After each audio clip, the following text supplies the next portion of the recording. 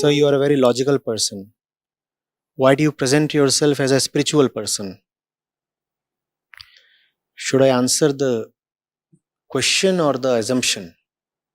Where do you pick such jewels from, Gaurav? Your assumption is that spirituality or religion is anti-logic or illogical. From where are you getting it? I'm not blaming you for asking this question. I'm just alarmed. There is some source in your life from where you get a clear idea that spirituality and logic do not go together. Spirituality is the very zenith of logic, Gaurav. Spirituality and logic go hand in hand. It's just that spirituality is so deeply logical that a point comes when logic cannot keep up with it.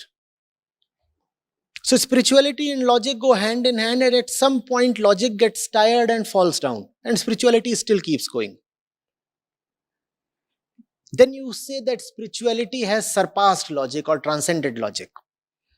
But in surpassing logic, spirituality never becomes illogical or anti-logical. There is nothing in spirituality that will be against logic. It can be beyond logic, all right, but never against logic. Now, from where are you getting these ideas? Surely you are influenced by people who talk of spirituality or mysticism in the most illogical ways, or they present illogical assertions, arguments, or conclusions in the name of spirituality. Sometimes we say, oh, there is a lot of pseudoscience being floated in the name of spirituality. You know, that is not even pseudoscience. To call it pseudoscience is an affront to science. It is out and out, 100% pure superstition. But the problem is, when you have powerful forces that are selling pseudoscience, rather superstition, as spirituality, then the common man gets a very strong and clear message that spirituality means some nonsensical mumbo jumbo. And therefore, the relation between spirituality and logic gets badly snapped. In front of you is someone who has been accepted by you as a spiritual figure, whereas he does not deserve to be called spiritual in any sense. Now this fellow is saying, I will raise the dead. This fellow is talking of all kinds of things occult.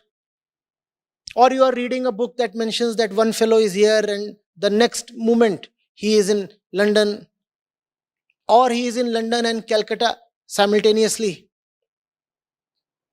And this has been touted as great spiritual literature. So obviously you get the impression that spirituality is not only anti-logic but also against the laws of science.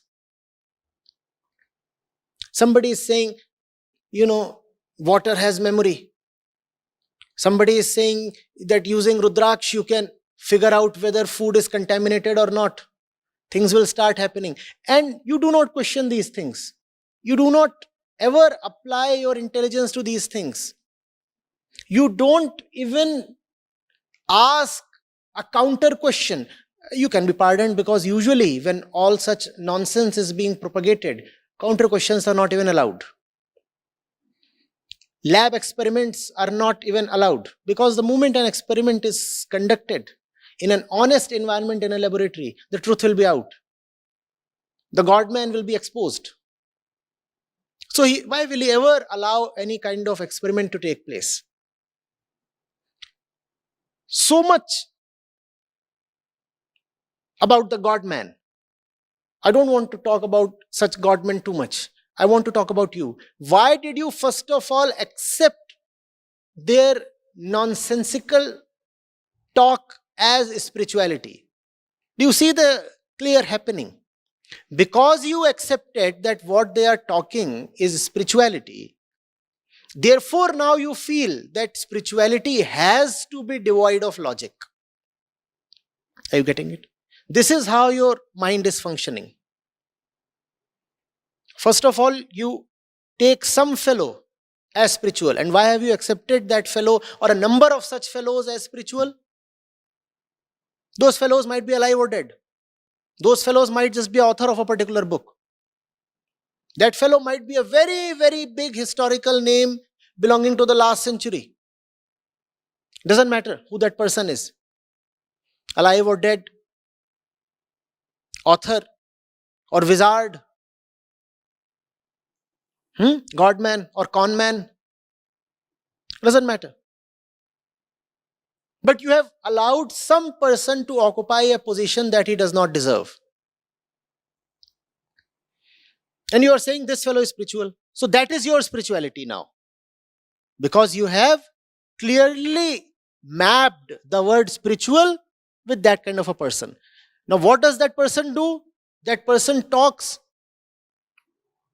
rubbish of the hyperlative order. But that person is spiritual without a doubt in your eyes, right? So all that rubbish again becomes spiritual. You see, that person has been accepted by you as, so his rubbish takes the name of spirituality. So now that is spirituality in your eyes. Rubbish. Illogical, unscientific, mindless, cunning rubbish. That is your spirituality. So when you come across somebody like me who is not talking illogical stuff, then you are surprised. Then you say, oh, how is it possible that you are in the domain of religion and spirituality? And it really saddens me that religion and spirituality have become dirty words now. Religion and spirituality have become words not at all associated with logic anymore. It really saddens me. Are you getting it? If you are really logical, you will turn spiritual. You have no option.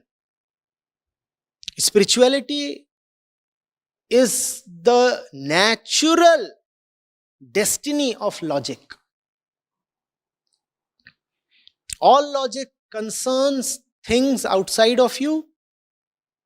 Ultimately, if logic is honest, it will have to turn towards the logician. Logic will need to ask, who is the one applying the logic? Who is the one coming up with the arguments? Because the arguments cannot be understood without understanding the arguer. A point comes when you clearly see that. When you see that, then you realize that logic has reached its highest flowering, its utmost potential. That's the utmost potential of logic. It will bring you to spirituality. And spirituality is not a cult. Spirituality is not at all this that you are seeing all around you. Spirituality is not this godman business. Spirituality is not this jadoo tona and all kinds of foolish stuff.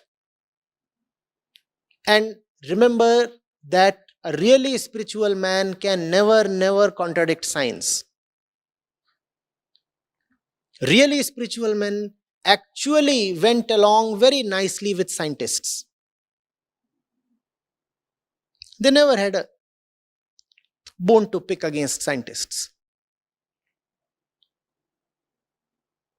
You look at Krishnamurti's conversations with David Bohm, for example. Are you getting it?